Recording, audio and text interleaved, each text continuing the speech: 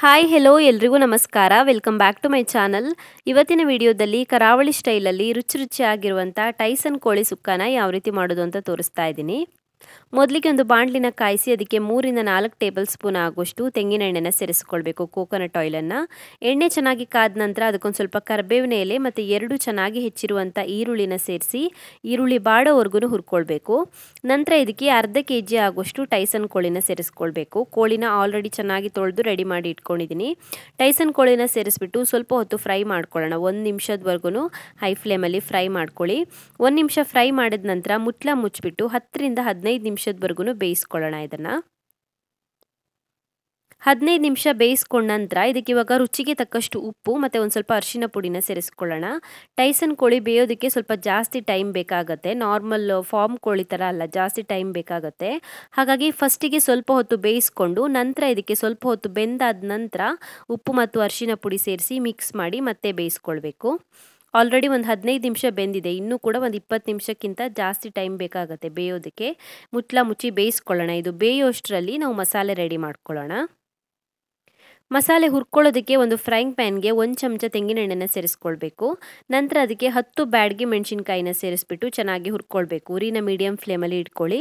ಉರಿನ medium ಫ್ಲೇಮಲ್ಲಿ ಇಟ್ಕೊಂಡು 3 ರಿಂದ 4 ನಿಮಿಷದವರೆಗೂ ಬ್ಯಾಡಗಿ ಮೆಣಸಿನ್ಕಾಯಿನ ಚೆನ್ನಾಗಿ ಹುರ್ಕೊಳ್ಬೇಕು. ಚೆನ್ನಾಗಿ ಫ್ರೈ ಆಗಿದೆ ಇದು. ನಂತರ ಅದೇ ಪಾತ್ರೆಗೆ ಮತ್ತೆ ಒಂದು ಅರ್ಧ ಚಮಚ ಆಗುವಷ್ಟು ಕೋಕೋನಟ್ ಆಯಿಲನ್ನು ಸೇರಿಸ್ಕೊಳ್ಳಿ. ನಂತರ ಅದಕ್ಕೆ 1.5 ಚಮಚ ಆಗುವಷ್ಟು ಧನಿಯಾ ಕಾಳನ್ನು ಸೇರಿಸ್ಕೊಳ್ಬೇಕು. ಅರ್ಧ ಚಮಚ ಆಗುವಷ್ಟು ಜೀರಿಗೆನ ಹಾಕ್ಕೊಳ್ಳಿ.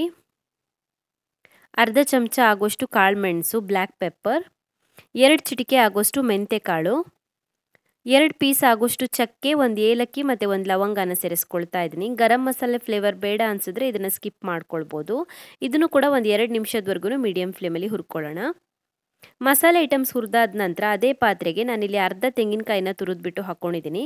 ಮತ್ತು ಎಣ್ಣೆ ಬೇಕಿದ್ರೆ ಸೇರಿಸ್ಕೊಳ್ಬೋದು. ನನಗಿಲ್ಲಿ ಪಾತ್ರೆನಲ್ಲಿನೇ ಸ್ವಲ್ಪ ಎಣ್ಣೆ ಉಳ್ಕೊಂಡಿದೆ, ಅದಕ್ಕೇ ಹಾಕ್ಕೊಂಡಿದ್ದೀನಿ. ಇದನ್ನ ಒಂದು 2 ನಿಮಿಷದವರೆಗೂ ಫ್ರೈ ಮಾಡ್ಕೊಳ್ಳೋಣ. ಉರಿನ ಮೀಡಿಯಂ ಫ್ಲೇಮಲ್ಲಿ ಇಟ್ಕೊಂಡು 2 ನಿಮಿಷದವರೆಗೂ ಫ್ರೈ ಮಾಡಿ ಇಟ್ಕೊಳ್ಳೋಣ. ಹುರಿದಿರುವಂಥ ಮಸಾಲೆ ಐಟಮ್ಸ್ ಎಲ್ಲ ತಣ್ಣದಾದ ನಂತರ ಅದಕ್ಕೊಂದು ಸಣ್ಣ ಪೀಸ್ ಆಗುವಷ್ಟು ಹುಣಸೆ ಹಣ್ಣನ್ನು ಹಾಕ್ಕೊಳ್ತಾ ಇದ್ದೀನಿ. ರುಬ್ಬೋದಕ್ಕಿದು 1/4 ಚಮಚ ಆಗುವಷ್ಟು ಅರಿಶಿನ ಪುಡಿನ ಸೇರಿಸ್ಕೊಳ್ಬೇಕು. ಅರ್ಧ ಇಂಚ್ ಆಗುವಷ್ಟು ಶುಂಠಿ ಮತ್ತು 3 ರಿಂದ 4 ಎಸ್ಲಾಗುವಷ್ಟು ಬೆಳ್ಳುಳ್ಳಿನ ಹಾಕ್ಕೊಳ್ತಾ ಇದ್ದೀನಿ.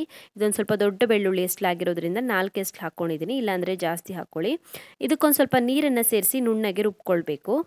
ಸೊ ಟೈಸನ್ ಕೋಳಿ ಕೂಡ ಚೆನ್ನಾಗಿ ಬೆಂದಿದೆ. ಇವಾಗ ಇದಕ್ಕೆ ನಾವು ಆಲ್ರೆಡಿ ಫ್ರೈ ಮಾಡಿ ಇಟ್ಕೊಂಡಿರುವಂಥ ತೆಂಗಿನಕಾಯಿ ತುರಿ ಮತ್ತು ರುಬ್ಬಿರುವಂಥ ಮಸಾಲೆನ ಸೇರಿಸ್ಕೊಳ್ಳೋಣ. ತೆಂಗಿನಕಾಯಿ ತುರಿನ ಆಲ್ರೆಡಿ ಫ್ರೈ ಮಾಡ್ಕೊಂಡಿರೋದ್ರಿಂದ ಮತ್ತೆ ಫ್ರೈ ಮಾಡ್ಕೊಳ್ಳೋ ಅವಶ್ಯಕತೆ ಇಲ್ಲ. ಸೊ ತೆಂಗಿನಕಾಯಿ ತುರಿ ಮತ್ತು ಮಸಾಲೆನ ಒಟ್ಟಿಗೆ ಸೇರಿಸ್ಕೊಂಡು ಮಿಕ್ಸ್ ಮಾಡ್ಕೊಳ್ಬೋದು.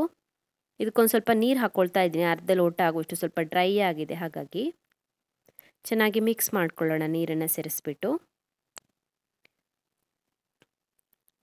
ಚೆನ್ನಾಗಿ ಮಿಕ್ಸ್ ಮಾಡ್ಕೊಂಡ ನಂತರ ಇದಕ್ಕೆ ಇವಾಗ ರುಚಿಗೆ ತಕ್ಕಷ್ಟು ಉಪ್ಪನ್ನ ಸೇರಿಸ್ಕೊಳ್ತಾ ಇದ್ದೀನಿ. ಕೋಳಿಗೆ ಆಲ್ರೆಡಿ ಉಪ್ಪು ಹಾಕ್ಕೊಂಡಿದ್ದೀವಿ. ಇವಾಗ ಮತ್ತೆ ರುಚಿಗೆ ಎಷ್ಟು ಬೇಕಾಗುತ್ತೋ ಅಷ್ಟು ಉಪ್ಪನ್ನ ಹಾಕ್ಕೊಳ್ಬೇಕು. ಮತ್ತೆ ಒಂದು ಅರ್ಧ ಲೋಟ ಆಗುವಷ್ಟು ನೀರನ್ನು ಹಾಕ್ಕೊಂಡಿದ್ದೀನಿ. ಇದು ಪೂರ್ತಿಯಾಗಿ ಬೇಯೋಷ್ಟರಲ್ಲಿ ನೀರೆಲ್ಲ ಹಿಂಗ್ಬಿಟ್ಟು ಹದ ಕರೆಕ್ಟ್ ಆಗುತ್ತೆ. ಸೊ ಇವಾಗ ಒಂದು ಅರ್ಧ ಇಂದ 1 ಲೋಟ ಆಗುವಷ್ಟು ನೀರನ್ನು ಹಾಕ್ಕೊಳ್ಬೋದು. ಚೆನ್ನಾಗಿ ಮಿಕ್ಸ್ ಮಾಡ್ಕೊಳ್ಳೋಣ. ಚೆನ್ನಾಗಿ ಮಿಕ್ಸ್ ಮಾಡಿ ಮುಚ್ಚಳ ಮುಚ್ಚಿಬಿಟ್ಟು ಮತ್ತೆ ಒಂದು 10 ರಿಂದ 15 ನಿಮಿಷದವರೆಗೂ ಬೇಯಿಸ್ಕೊಳ್ಬೇಕಾಗತ್ತೆ. ಇದು ಸ್ವಲ್ಪ ಹಿಂಗಬೇಕು ನೀರೆಲ್ಲ. ಒಂದು 15 ನಿಮಿಷ ಆದರೂ ಮೀಡಿಯಂ ಫ್ಲೇಮಲ್ಲಿ ಬೇಯಿಸ್ಕೊಳ್ಬೇಕು. ಸೊ ಕರಾವಳಿ ಸ್ಟೈಲಲ್ಲಿ ಟೈಸನ್ ಕೋಳಿ ಸುಕ್ಕನ ಯಾವ ರೀತಿ ಮಾಡೋದು ಅಂತ ನೋಡಿದ್ರಲ್ಲ.